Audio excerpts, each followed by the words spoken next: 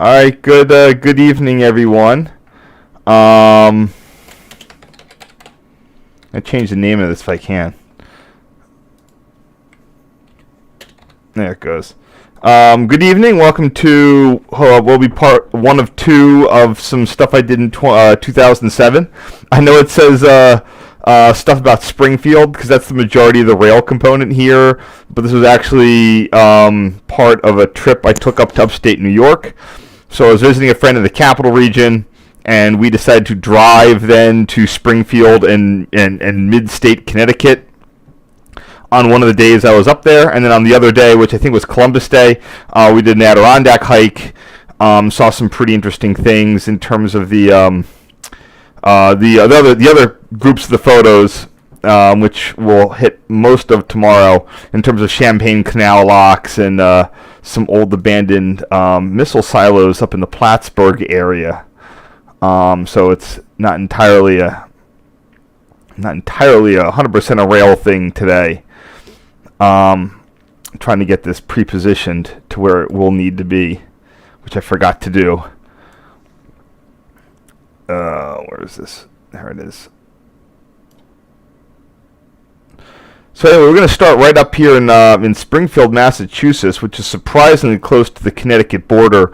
One of the issues with the former Boston and Albany, there's two lines across the state from Boston to the New York capital area. One is the Boston and Albany. The other is the Boston and Maine. Today it's owned by, a hodgepodge, but it sort of passed into the Guilford, and now it's most of it's a part of Genesee and G&W, or something with Norfolk Southern. But one of the issues you get with the B&A, I always like to point out, is that it sort of goes in this sort of sine wave across the state, where it starts sort of the mid-state, and it goes all the way to the bottom, then it goes like pretty high again, and it goes down. So while the Mass Pike just sort of goes in one fell swoop, the B&A goes in a variety of directions. So it's actually pretty fast to drive from. You can get from Boston to, I think I did that drive with my friend from the D line in Riverside to Albany. I think that it was either 3 hours or 2 or something pretty quick. I know that as the railroad crow flies, it's about 180 miles. As the Mass Pike goes, it's probably a bit less. So I could see us doing it at about 80 miles an hour, getting it done in 2. At this point, we're down by the Springfield Union Station, which was a conglomeration of New York, New Haven, and Hartford stuff coming up from the south. Boston and Albany going east-west, and then anything continuing on to the state of Maine via the Boston and Maine's Connecticut River line. All of them sort of met here. What used to be at Tower 96 has now been divided into multiple interlockings: Sweeney, Spring, CP 97, and CP 98. And then there's some other ones on the recently restored Boston and Maine. Today, the Vermonter will come in. It has to do a backup move. But when I was there, I was just sort of running around the part where the diamond is that's been covered over by Interstate 91. So we're gonna get that going here. I used to consider this all to be Spring interlocking, but it's made up of two. Spring is just the terminal. This one is Sweeney. I'm not sure why that is. Here are the two main tracks. Track number 1. Facing is the one with the signal there, and then the track across the diamond is the one in the background. Like usual, I had these. I did these all wrong back in the day. But I need to then verify how I'm doing some of these. One sec.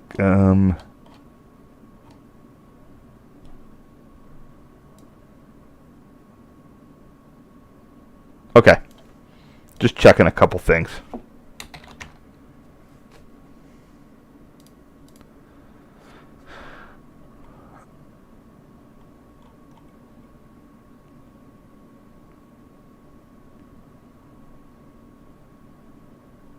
Ooh.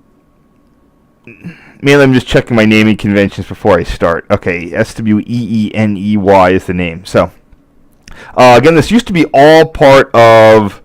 I gotta find this in the thing here. Tower 90. I think they call it Tower 96 in Massachusetts. Both the BNA and the New York, New Haven, and Hartford seem to enjoy numbered interlockings. Yeah, we just have this one photo. Unfortunately, they demolished the old tower at Union Station as part of the rebuilding process. Yeah, that was very unfortunate. And here's the. I'm trying to find the. This is it before the freeway went in, but I can use this diagram. So yeah, the New Haven stuff really barely even acknowledged the fact that the New York Central was there. Just like today, that Amtrak and CSX or Conrail, the Boston line really don't interact with each other, except for a few metered connections.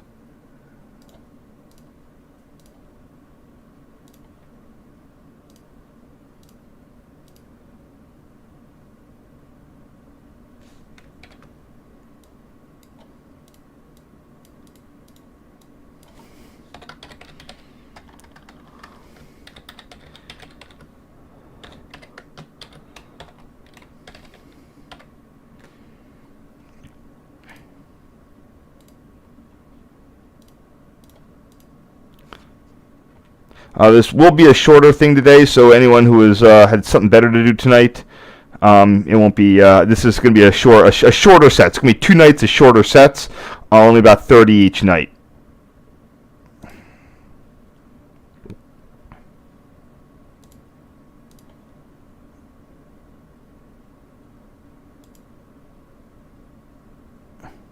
Just waiting this for it to finish up here. Only made plans to be available tonight a few nights ago, so I'm a little off my normal game here. Come on.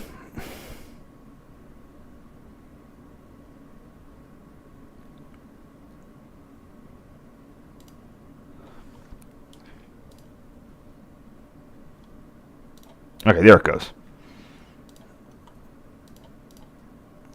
So I mentioned Spring Tower in several situations, and one of my earliest this was kind of a surprise to me when I came up here on the Vermonter once going to visit a friend. I had no idea that there was a tower hiding underneath the freeway in a very interesting orientation too, with the bay window facing the old Union Station.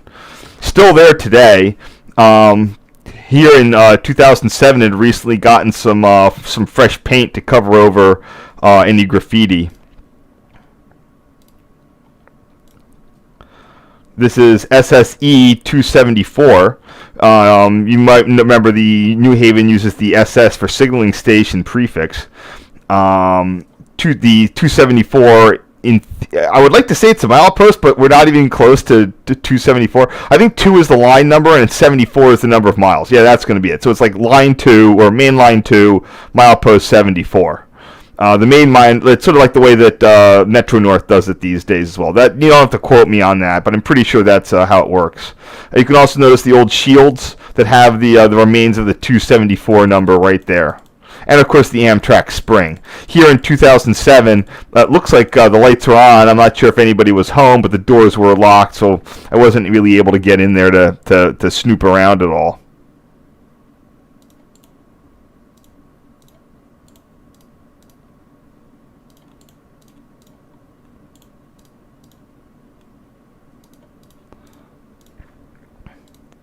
And here we have the bay window with your typical Amtrak fluorescent lights in the top.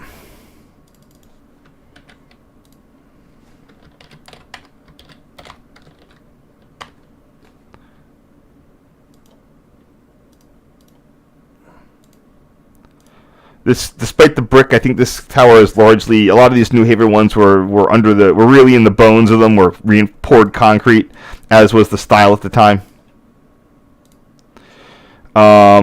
Here we have the 6N signal going over the Boston line. I actually found some Conrail Albany division timetables. Interlocking charts. So that's nice. No more guesswork for me. Hopefully, I was able to implement that effectively enough. I don't know why this had 14 written on it, but it is not 14. It is 6N.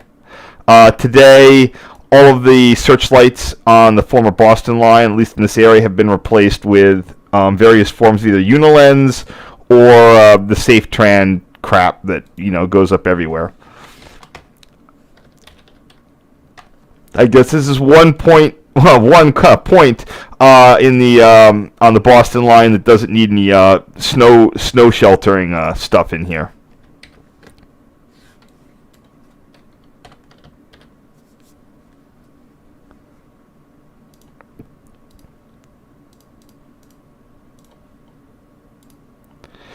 Here we have. Now I'm not sure what I cannot for the life of me I can't find Amtrak's interlocking charts for these. Now they do use a formulaic numbering system, direction plus track number, but this isn't a main track, or it's the track that comes off the diamond. It could be 9, it could be 3, based on the way the New Haven would number it.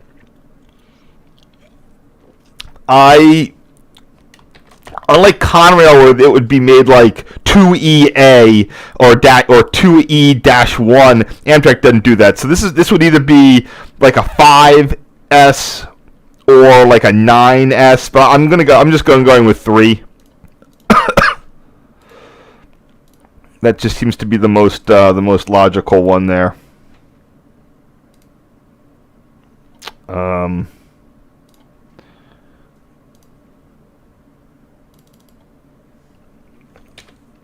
Ugh.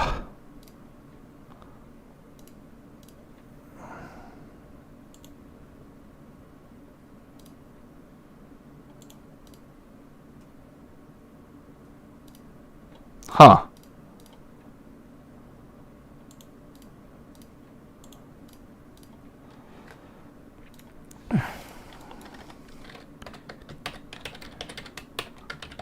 This is CP98.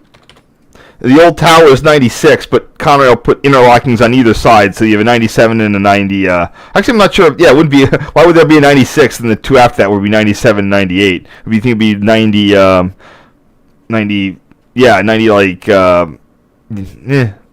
they wouldn't be together. There should be like 90, 97, 96, and then 95 or something.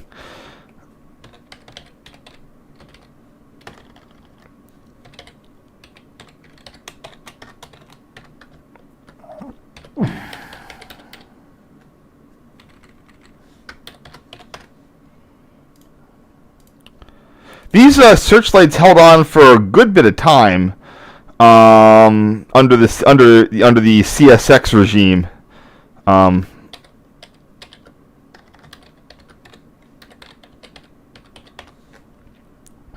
CP, one of them got resignaled first, and then the other one. So one of them was holding out as searchlights. I think it was CP98 was holding out with the searchlights. 97 went first, probably sometime around 2010-ish. And here we have the Sweeney signals, or at least one S is behind it there.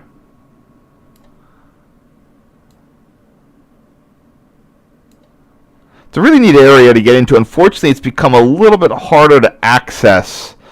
I forget what I did this time. I remember it was pretty easy for me to pop in this time. I visited this area on 2 non-consecutive occasions, but I forget exactly what I did to get in here.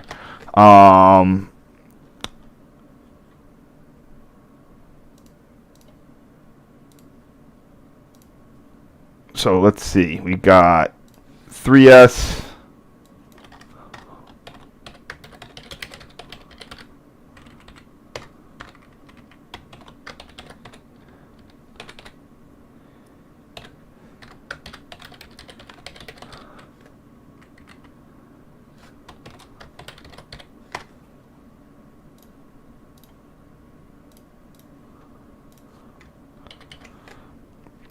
It's also very interesting how you have no intermediate zone, no neutral zone. You have one set of insulated joints, Amtrak on one side and CSX or Conrail on the other. The same is true where it goes into Pan Am, or formerly Pan Am, sorry, Guilford, Boston, and Maine. So you can literally have, this might be the only area, you can check me on this. I wonder if this is the only place where a single Amtrak train can stretch across 3 railroads. Maybe not, I don't know. Maybe someone can think of some other ones. But that's definitely an interesting little factoid here. There's got to be something somewhere else where you're coming off of one railroad, crossing another, and going back onto a third. But it would have to be a pretty short distance. Here we have the other side of Spring. Again, pretty, without the elements, even though it had its roof popped off. It's still looking pretty good here.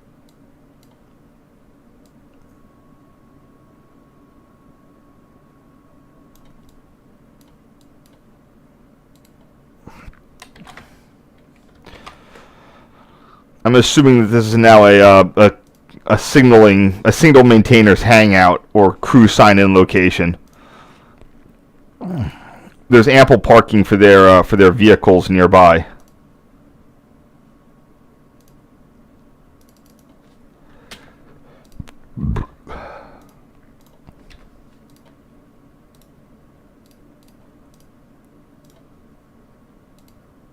Here we have the diamond itself.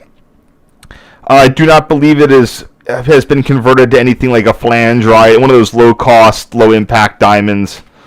I don't think it has suffered that fate. I don't think anything really crosses this. Some sort of freight train has to cross it. Probably Connecticut Southern.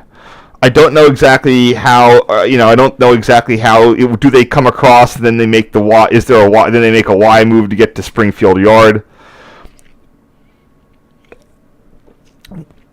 No idea. I'm also sure that this may or may not be used to occasionally turn Amtrak train sets, but now it's used by the Valley Flyers and the Vermonter to continue their trip north.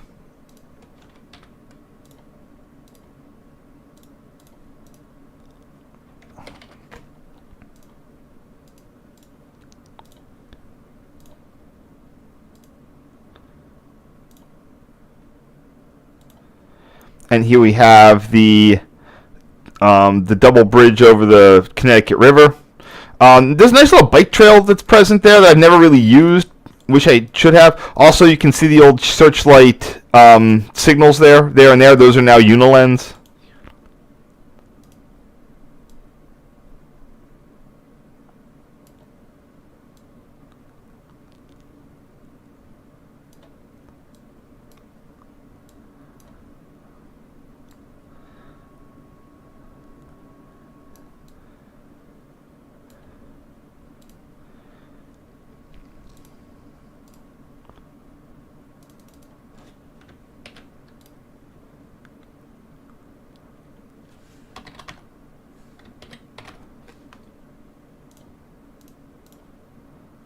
So those are the 4E-1 and 2E-2. Despite the fact that the interlockings are back-to-back, they still, in theory, fit these with C-boards for clear the next interlocking, although I don't quite see where those would be. I'm not sure why. Amtrak did a little bit better job when they had back-to-back interlockings, that they would just not have that be Rule 562. So if there's a cab signal failure, you didn't have to, you could have a little bit of areas where trains could operate somewhat normally. This is 4E-1.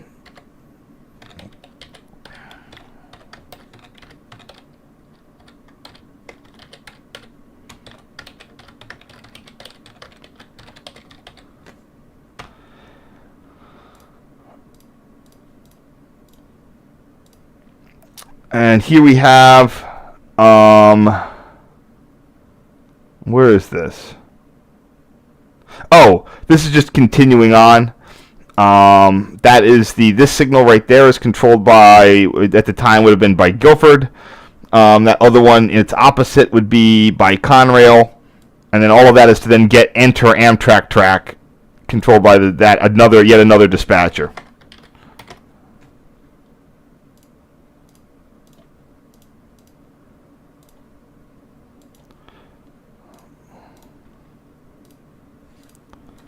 So it's the 6NS.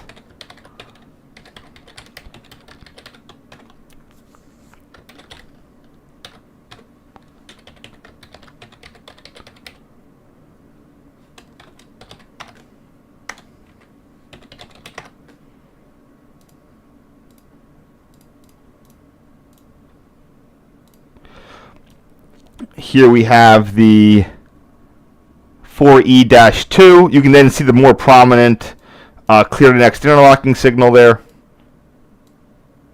And then we have the one, so the Amtrak tracks split here, with one of them continuing on to the Union Station terminal area and the other one being a Boston line connection.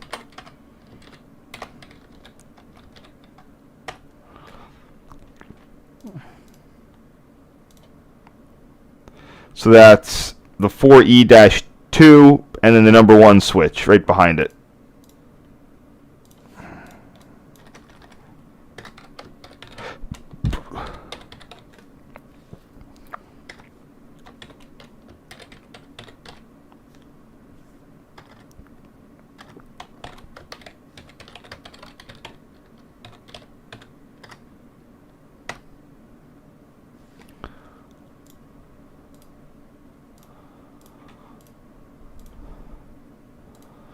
And one more photo of Spring.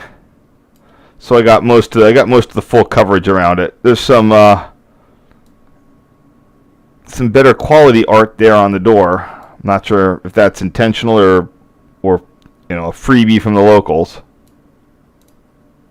But unless they come in here and tear this down, this one's not going to go anywhere, especially with it being underneath the highway like this.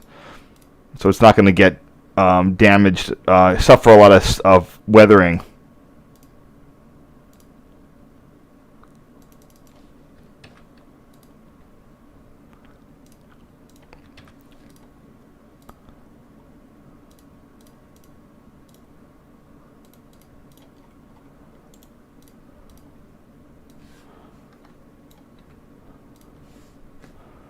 So like I said, we're only doing 3 sets today. We'll see how far these Springfield ones go, and then it will be up to the upstate New York stuff. But I got a bunch more. I believe Amtrak had quit the business of we've got some weird stuff going on here. Don't want to give too much away.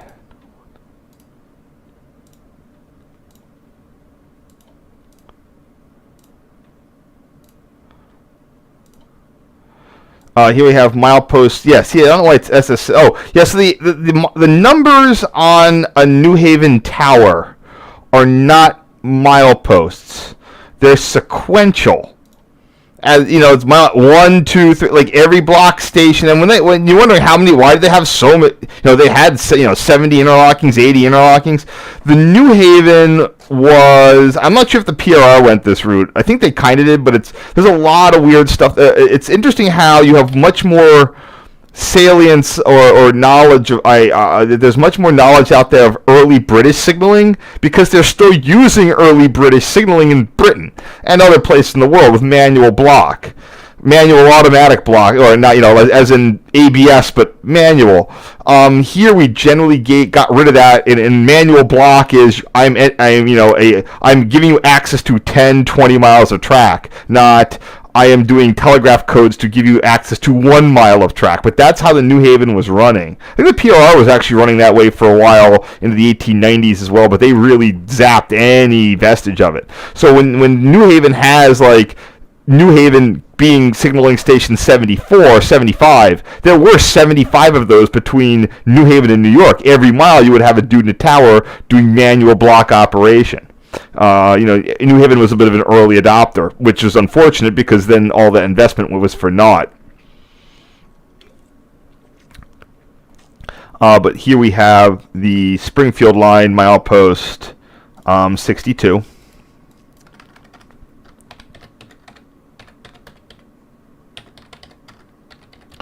But yeah, but they weren't every mile. They didn't have to be. So that's why the numbers weren't quite. They were about every mile, but they were not every mile. They were not named for the milepost that they were in. So it's entirely possible that there were 74 interlockings between this and New Haven. I don't know. Again, I don't know New Haven's numbering scheme. It's all once you get off the main line, there's a lot of weird stuff. You got U prefixes, M prefixes, O prefixes. There's a lot of stuff that I'm not 100% sure on. I could probably just Google it, but it's not. It doesn't really matter that much.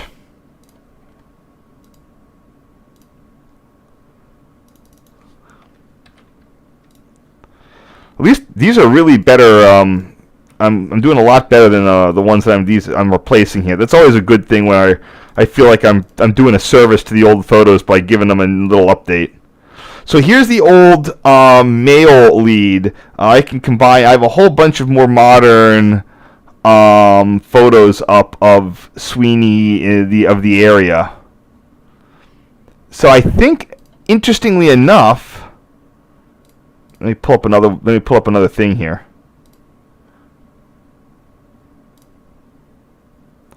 It's not really the one I wanted. There it is. So interestingly enough, this is the old postal lead. Oh, this is Vermonter. Is this Vermonter? Yeah, where the hell is the other one that I needed? There it is. This going to be it? Yeah, okay, here we go.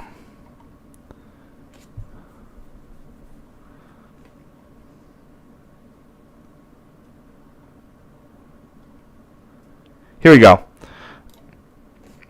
Here's the track, and you can see the old derail backdrive for it. Although I think it does still work. Yeah, there's a backdrive comes out of the point machine, but this is the hand throw switch here. But as of now, it's been powered good. But the problem is so the interesting thing is that is the old mail delivery terminal. There was a big mail regional hub, USPS, in Springfield, and a lot of the mail that ran on the Northeast Corridor would deliver it to this platform at the Springfield Regional Hub. And then the post office would pick it up and take it. This is where all the mail unloading and loading took place. In 2005, they basically told Amtrak they didn't want to have to. The Postal Service stopped shipping on Amtrak. Because they didn't want to deal with oh wait, hold on, this is different. I'm sorry. There's a second track there that just might be gone. All right, hold on. Okay, I'm sorry. That's that's the power switch. The hand throw switch is up there. All right. Forget what I said. They didn't repower it. I'm just looking at the wrong set of points.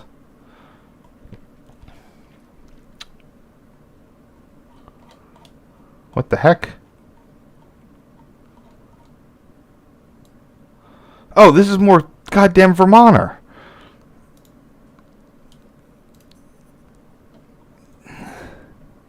There it is.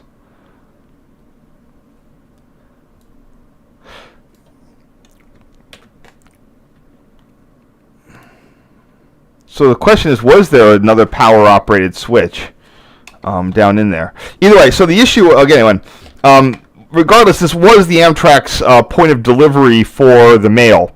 In 2005, USPS basically told Amtrak to pound sand because whenever mail was delivered to Amtrak, Amtrak would have the Postal Service pick it up from their. So this is track 8.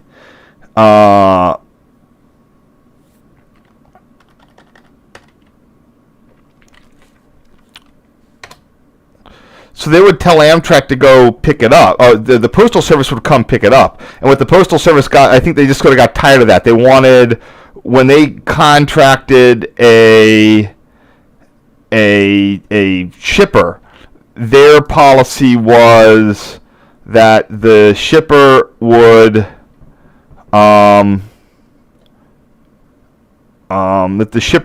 deliver it door to door.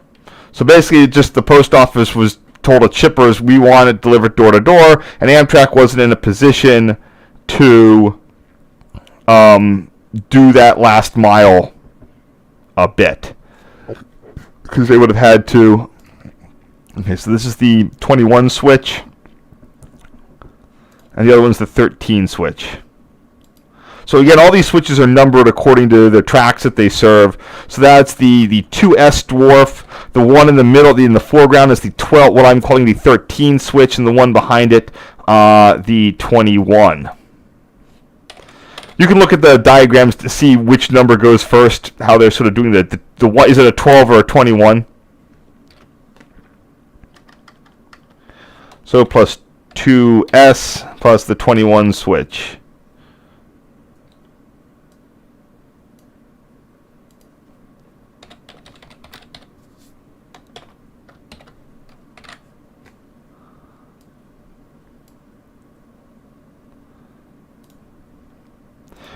So by this point in time, the mail that stopped. That came to a head in 2005, and that also sort of what killed. There's the mail delivery platform with the power operated switch. So I'm sorry, that's not new. I was fooled by the similar looking switch there. This whole thing is a perfectly fine photo.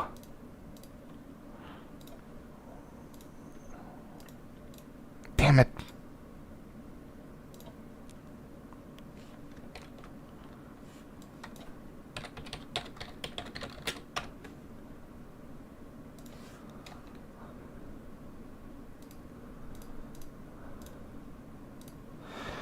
And then we have the same ones with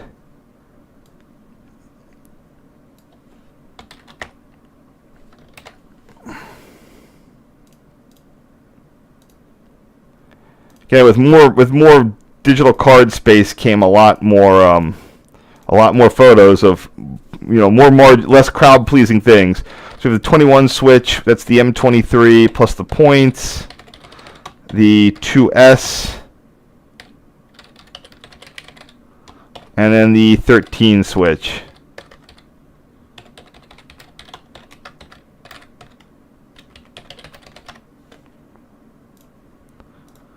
It's a lot of text for not a lot of stuff there.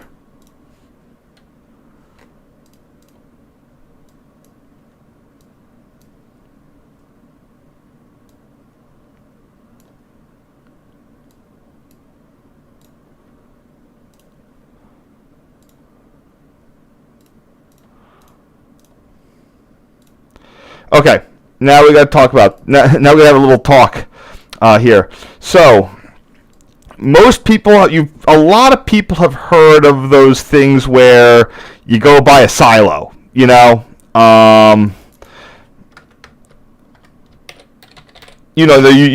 in the West. So let me just show you. Oh wow! I think I hit the first one on the first try, or did I?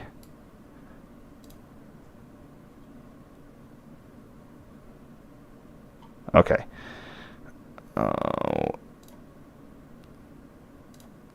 If I can show these on the map, you'll see where they are. Okay. Here, this should be it.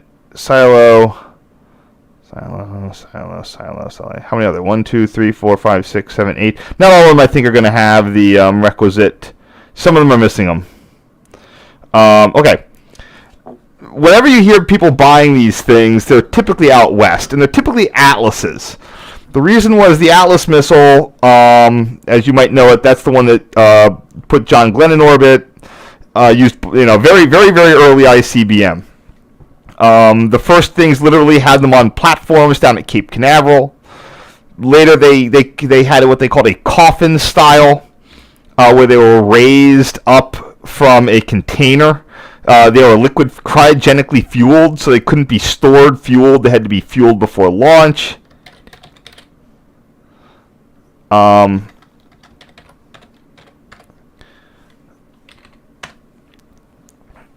So this is very, very, very early ICBM tech. Like we needed a capability, and by gum, we're going to do whatever it took to get them going.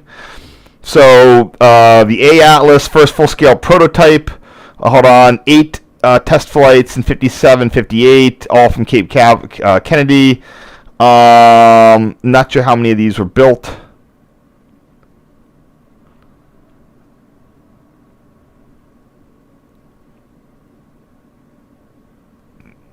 Not sure those were put on strategic alert. The B, a bunch of things.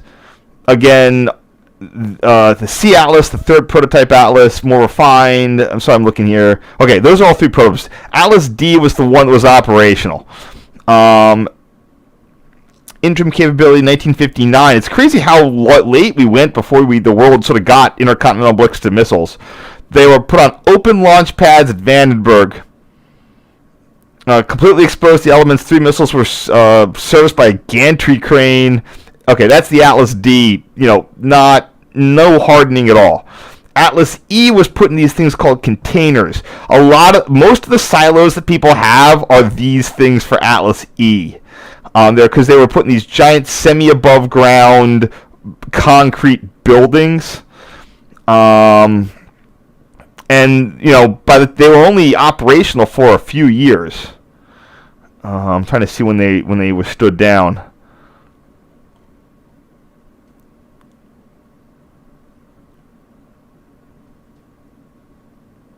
I don't care about the launches. I want to care about their operational readiness.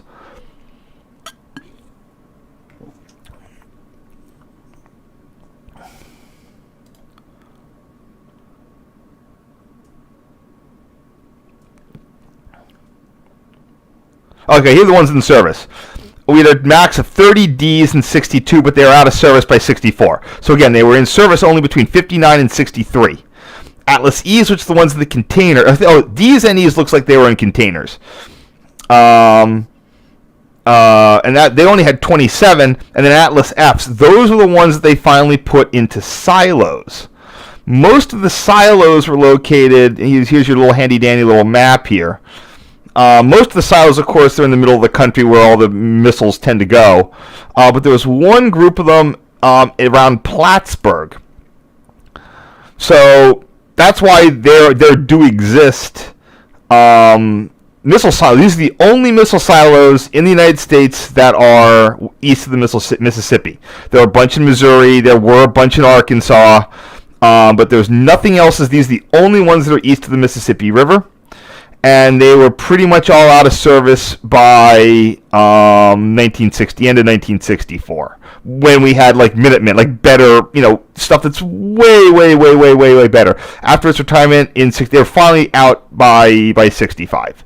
So these were only operational for a few years. So they built a lot of infrastructure for these missiles. I need to now actually find the one that we're going to be looking at here.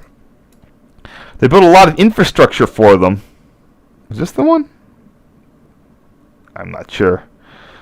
And then they didn't need them because these could not be most of them could not be repurposed for anything. So it wasn't long before they just sold them off in government surplus auctions. And the neat part is that they sold them before the age of missile treaties, because the treaties required the missiles to be destroyed, the silos to be destroyed. I'm trying to find the one that I visited.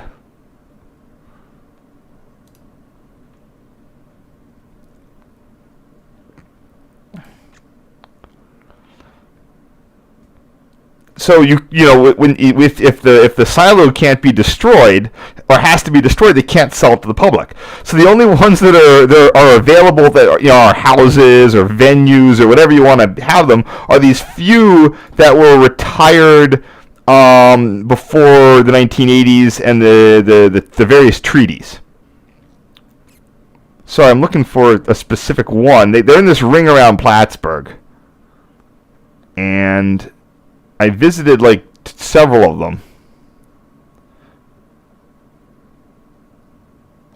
Oh, there might have been some in Georgia, it looks like.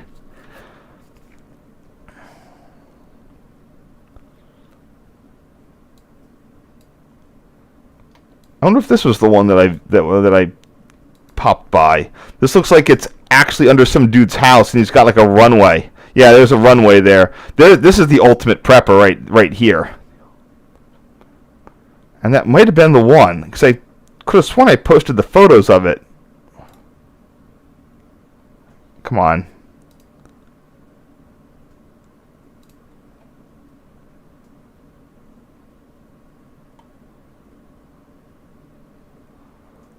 Okay, so this is some guy built a house and has an airstrip. So that's the ultimate prepper right there.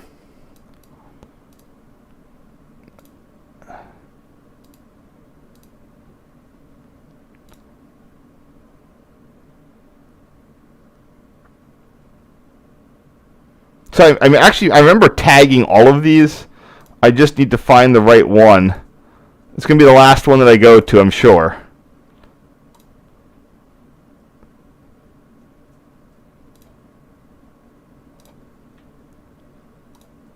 There's Site 4.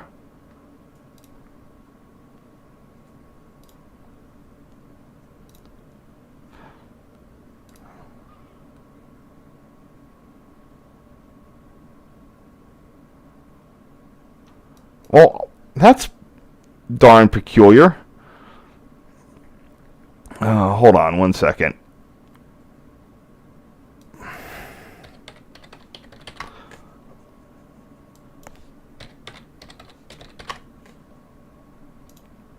Okay, here it is. Yeah, it's it is Site 5. Maybe I just never post. Yeah, there are all the photos. Like, how is this not coming up? All right, so here's the one that I visited. We plotted a little car trip, and we would visit some of them. Most of them on the 2007 Google overhead just looked like abandoned. There was a thing saying this is abandoned, this is abandoned, this is abandoned. Doesn't matter. Blah blah blah blah. So we're going around all these places. We visit, like we're just doing a little. We did a hike in the Adirondacks. I think it was Cascade and Porter in the Keene Valley area. So where that is Keene, there's Cascade and Porter, there's Lake Placid. So we came up this road here, Osable Forks, coming out to Keelersville and Lake Champlain. So this is the area that we're starting to look into.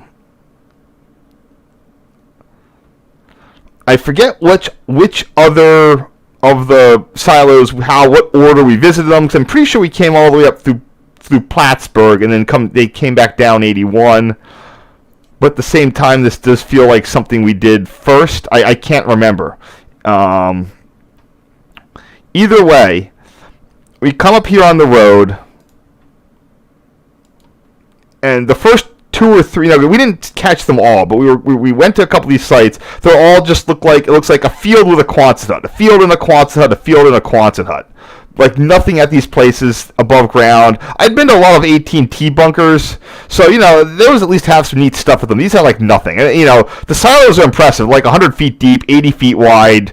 Anyway, we come in here. There's no gate. We can't see the things. We just start driving down the road. We drive down the road. These trees weren't here. It was just a field, and we're like, oh, there's like a house and things and vehicles and stuff down here. Like, let's get out of here before the guy who owns this shoots us.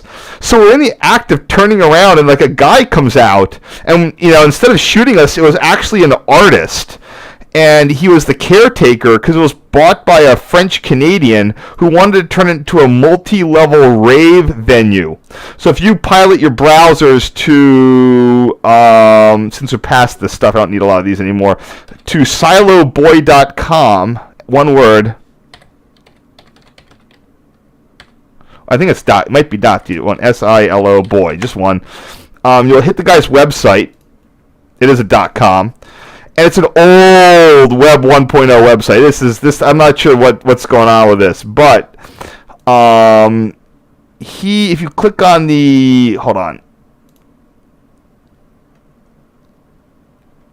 I'm looking for where the plans are, because this is, again, I don't know how this website is still up. But so here's what these things look like. If I can expand this, today we all think of a missile silo as very compact. The missile launches out of it. These things had about 130 feet worth of support equipment because you had to have the cryo plant. This is trying to launch a liquid fueled, cryogenically fueled, kerosene and oxygen, space rocket. So you had to have the kerosene on site. You had to have a liquid oxygen cryo plant, and the missile wouldn't launch out of the facility. It would be pushed up on an elevator. Then the doors would be closed, and then it would launch from a closed cylinder. So this guy's and it had associated, of course, a separate launch control center. This guy's concept. Here it is. You go to click on future. Is to turn it into a rave venue. So his plan, because of he was going to sandblast all the lead and hazardous materials into the bottom of the silo, cover it with concrete. Then he was going to turn the bottom part of it into a pool, and he was going to have three. You can see them here in the photo. He was going to have three, a multi-layered musical venue.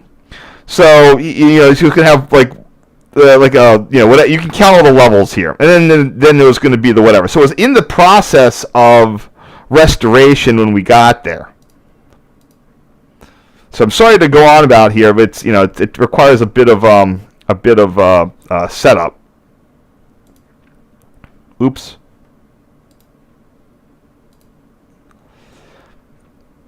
Okay, with that out of the way. I need to figure out what to call it. Okay, it looks like 556.6. So,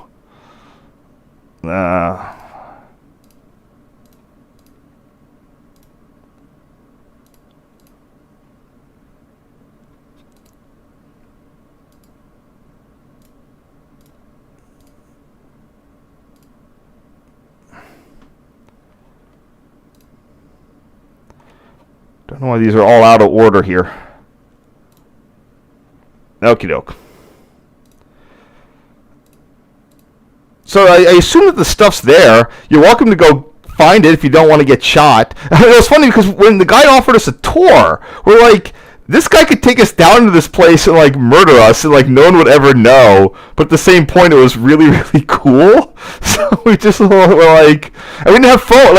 Even if we, I think my friend had a cell phone, but it absolutely was not getting any service, of any real value. I'm just going to try to find Atlas F deployment. Kansas, Plattsburgh. Oh, there it is. The 556 Strategic Missile Squadron.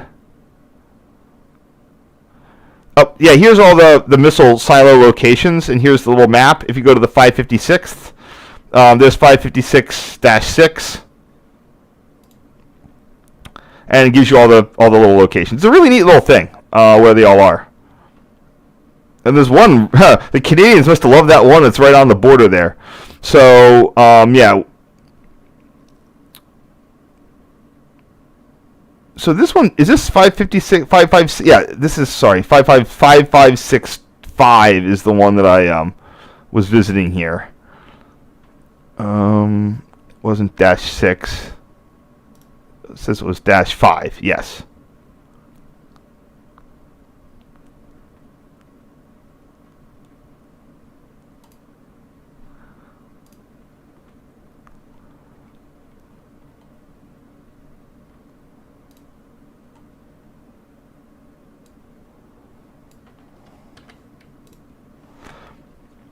Okie doke.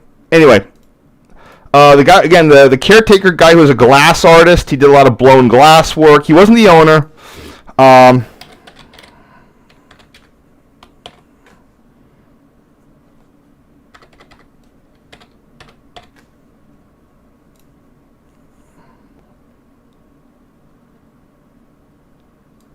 There's just an unrehabilitated closet with all the pipage.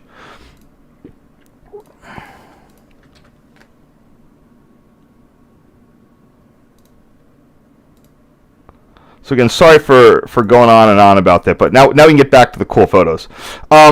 This is all in the launch control center, and I'll show you. I have sort of photos of how you get in and everything. You might know this sort of from the Titan Museum, and there's a lot of YouTube videos of the Titan Museum out in Arizona. As a Titan II facility, that one was actually covered by the Strategic Missile Treaty by name as a museum. I think there's a Minuteman one too that's been preserved. But these again were all sold as is to the private market in the 60s. So this guy is trying to bring in the legitimate consoles and the other stuff that you would use. So it's vaguely reminiscent of the Titan Museum. I'm not sure this is a mock-up. I think it's real, but it doesn't have all the components. So it doesn't have, what is it?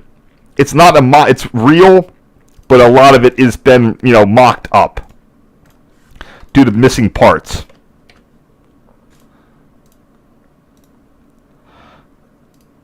Yeah, I had to give them a lot of credit for their restoration work. Here we have a period correct bathroom, or at least a wash area with some nice art on the wall. He wasn't trying to go for completely. It was designed to be used, so it had art items on the wall. It had comforts, but they're trying to make it hit that balance of old and new.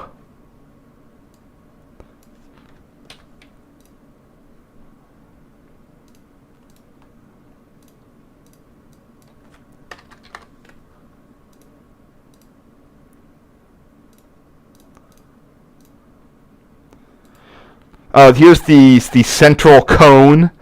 I think that has some sort of emergency stairwell. Everything inside the command bunker is shock isolated, and even the guy didn't undo any of the shock isolation. That means if there was a near-miss nuclear weapon, the whole facility, including the missile there, could shake a lot and not be damaged. So you can see that this central cone is not shock isolated. That has the emergency exit, but everything around it is. So this is designed to move up and down that cone right there. It's the escape tube. That's my buddy who was with me at the time.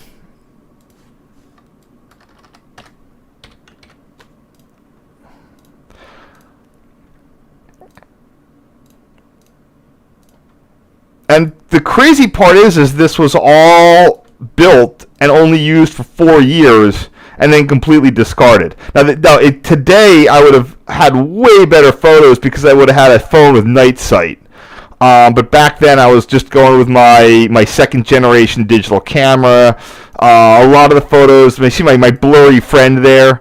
A lot of the photos, had to deal with movement or just low light. I didn't have a tripod, all the stuff. All the stuff I always complain about.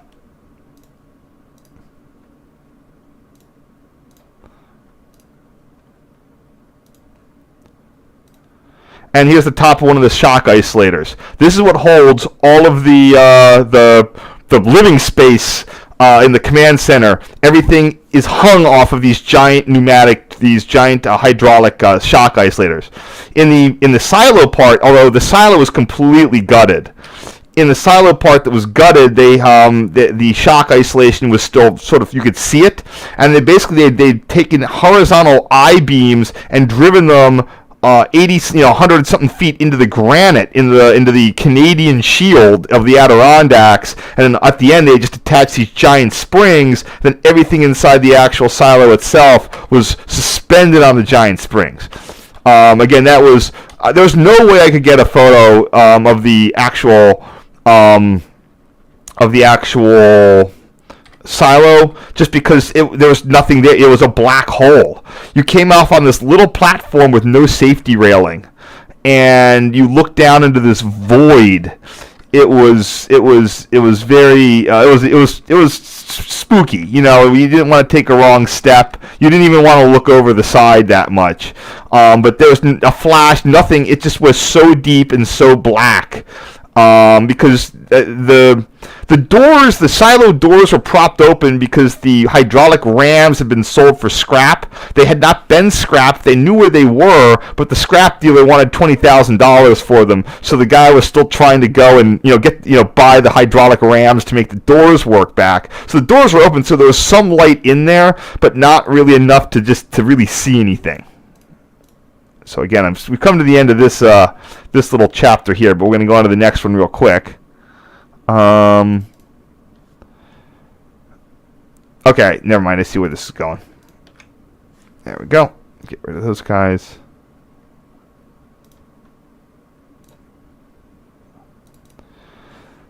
And we only have a few more left to do here. I'm going to go to this boat, which is number 52. So we only got 8 more photos to go. Oh, I haven't checked on any comments, so hold on, give me a second here. I'm sorry about that. Oh, crap, I have a lot of comments.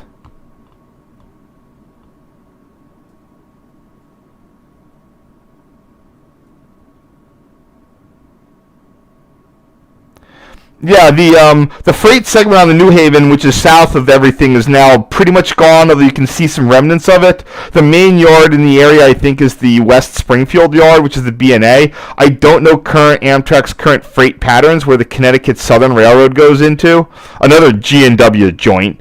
So I don't know. Like I don't know if they. I think I could have sworn I saw some Connecticut Southern stuff up by Greenfield, so they might interchange directly with the other freight operations there in Greenfield Yard, but then again, they could also interchange it with CSX.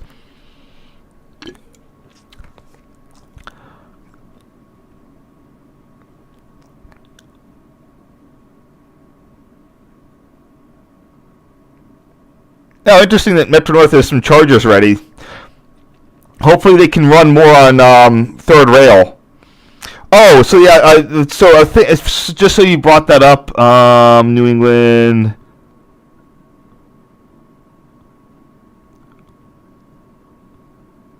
What's 174? Sorry, what's 164?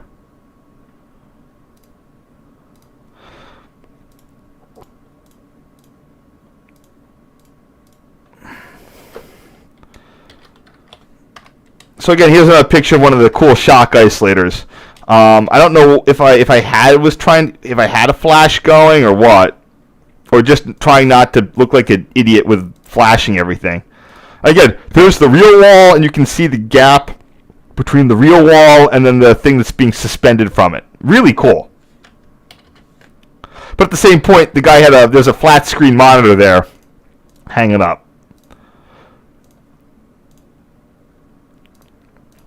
So yeah, I have no idea what the ultimate plan for this place is now, or who owns it or what. But it looks like it's still got some people going on there.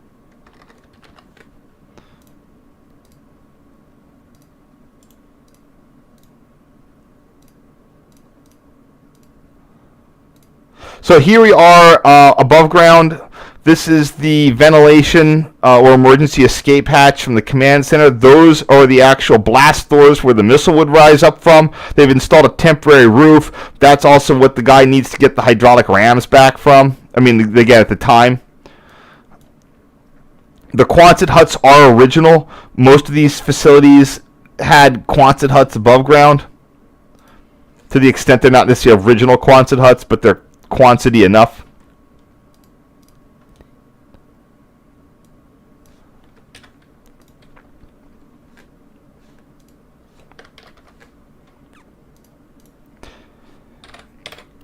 From the overhead, it looks like the blast doors are still up, so that means they never got there, never able to purchase the hydraulic rams back.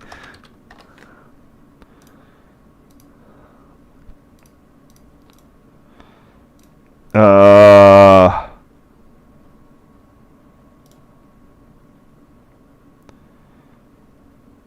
maybe they get them closed. There's the actual silo bit.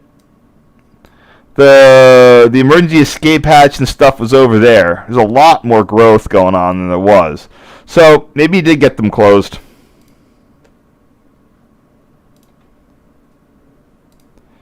Here's one of the Quonset huts.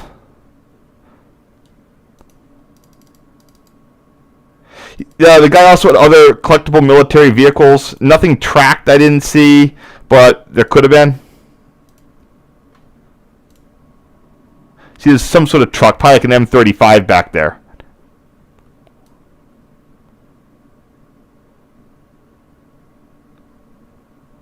Oh, so somewhere it says there's a gamma goat in this photo. Maybe it's the thing with that. Maybe that's what that is. So this guy, in theory, I think has a gamma goat. This is a very forgotten U.S. military vehicle that was used in the Vietnam era. It's a 6x6 sort of artillery tractor that's highly articulated and uses hydraulic wheel motion. So it's the wheels are powered by hydraulic motors.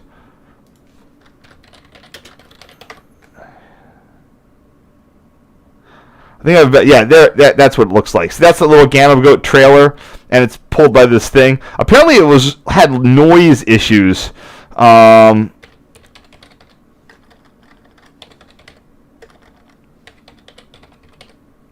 Yes, it was. They were right. The two-stroke Detroit diesel engine was so loud, like a fire truck has these issues, that anyone driving next to it needed hearing protection.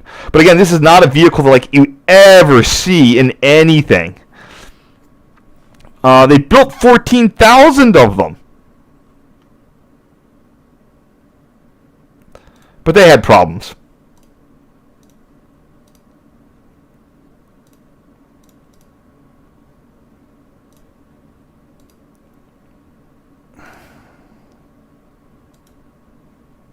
Here are our blast doors for the silo.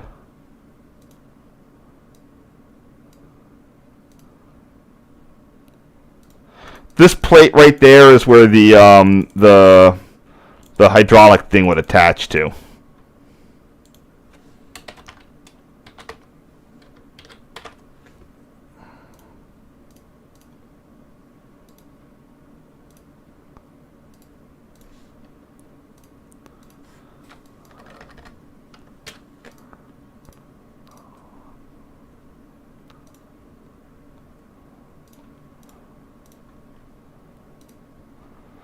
The guy had whoever. That's the actual entrance. So there's the escape entrance that was hooked up to that tube, that funnel, and then there's the actual entrance. You just a stairway you go in. The guy had a Hummer or whoever. I mean, the owner had a Hummer H1, which at the time was still pretty cool. Or maybe not. I forget. Yeah, by this point, H2s and stuff had been on the market, so I guess it wasn't as cool as it used to be. Hummer had been devaluing their brand. Well, I mean, Hummer didn't. AM General didn't. GM absolutely did.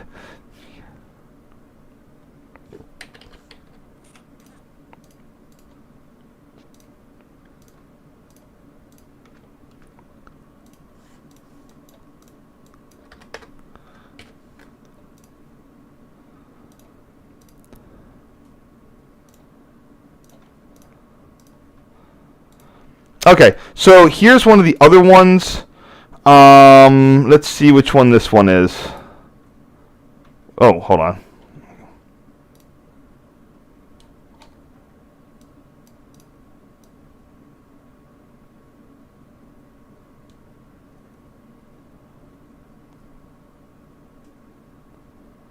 Huh, I don't even think I included these ones before. Alright, I can find this real quick. I know which ones these are.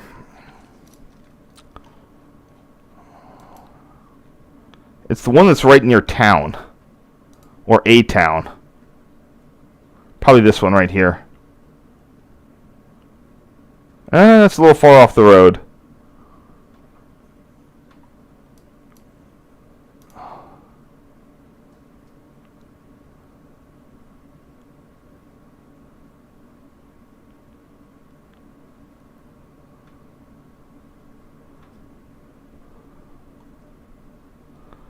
No, it's not that one.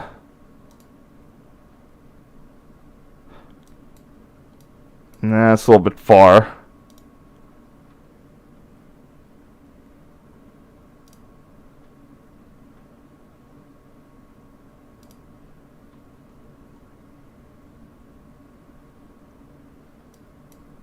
They're clearly visible. I remember there were ones that were clearly visible from the road. I don't think we had to drive up a thing.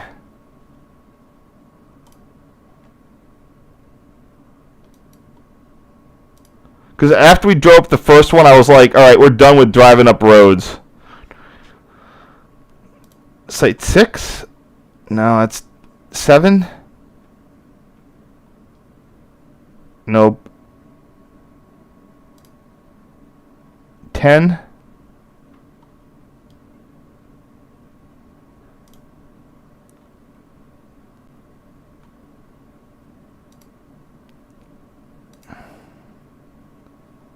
$12?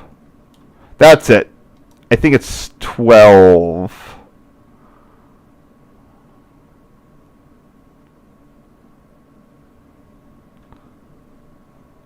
Or 1.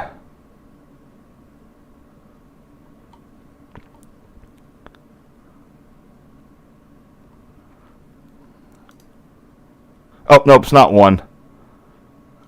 Okay, what is 12? 12 is... Nope, that's not it. Nope, that wouldn't be it. It would be 10. It'd be like 3 or 4. There it is. There's 3. Nope. Oh, that's right. I'll just go here. Then I go to the map. Yeah, I think it was number 4. It's either number 5 or number 4. I think 4. So let me just try to find number 4 here. Always a struggle.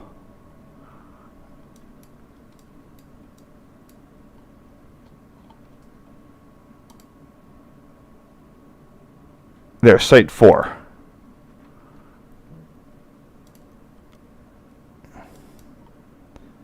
Yeah, that's it. I guess we just drove up the road a little bit. They always have nice little road accesses. I could have sworn we saw it from the actual road, but all right. Anyway, this is definitely this is site 4.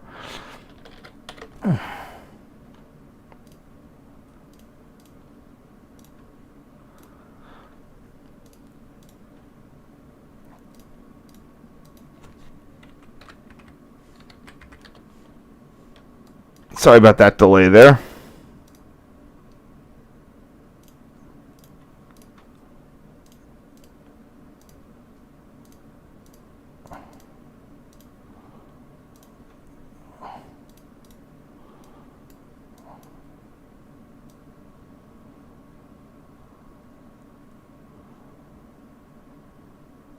Huh. Oh, yeah, whatever.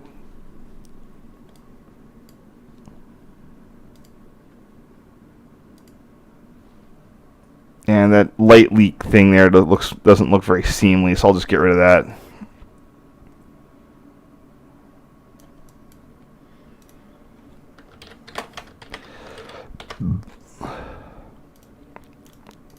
Yeah, definitely one of the more interesting bits of military surplus in the Northeast. And finally, on our last picture, the Champlain Canal boat or ferry. It's almost harder to sometimes find the. Let's go to the Google map here, because they have ferries marked. Oh, they used to.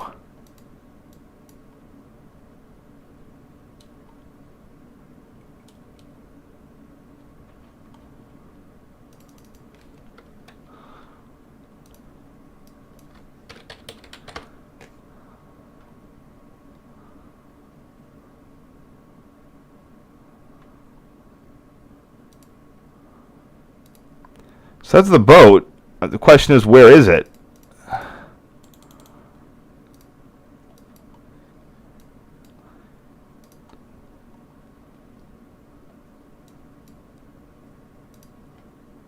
Could be farther down than I remembered.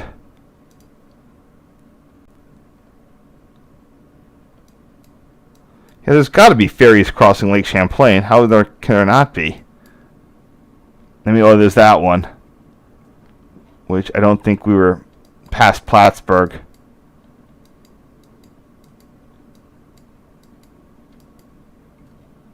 There it is. The Essex, New York. The Essex-Charlotte Ferry.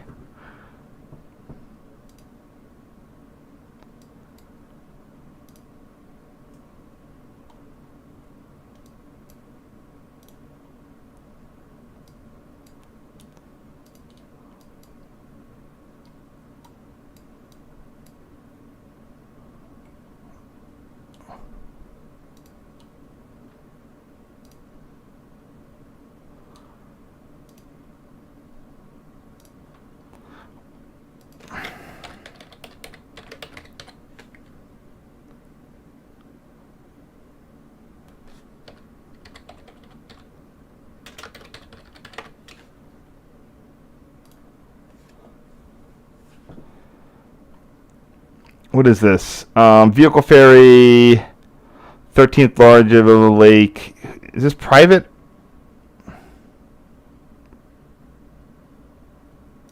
Looks like this one. No, wait.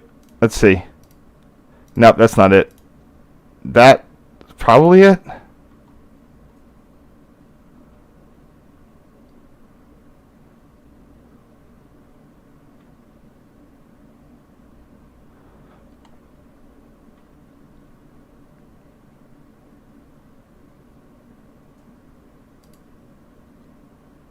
That looks kind of like it. Oh, wait, no, it isn't. There's the name. It's the Grand Isle. There we go. Built 1953, overhauled 1995, extended by 40 feet, now runs in ice, named after the... Blah, blah, blah. Okay, there we go. So we can get some details real quick.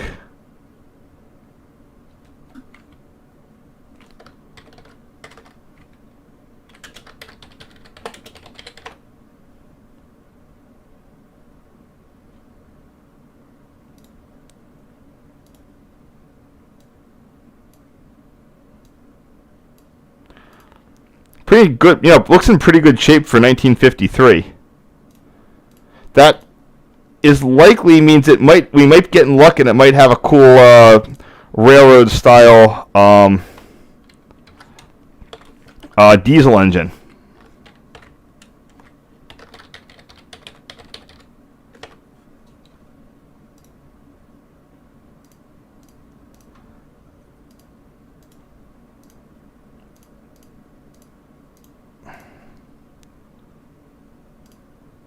All right, last little check here.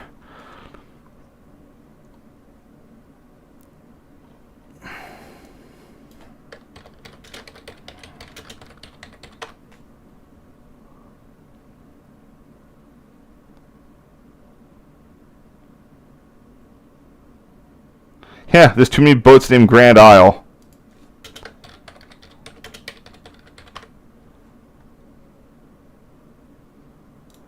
Here you go. They have a website for their ferries.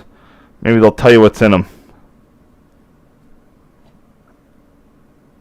I don't want the crossing. I want like your ferry boats.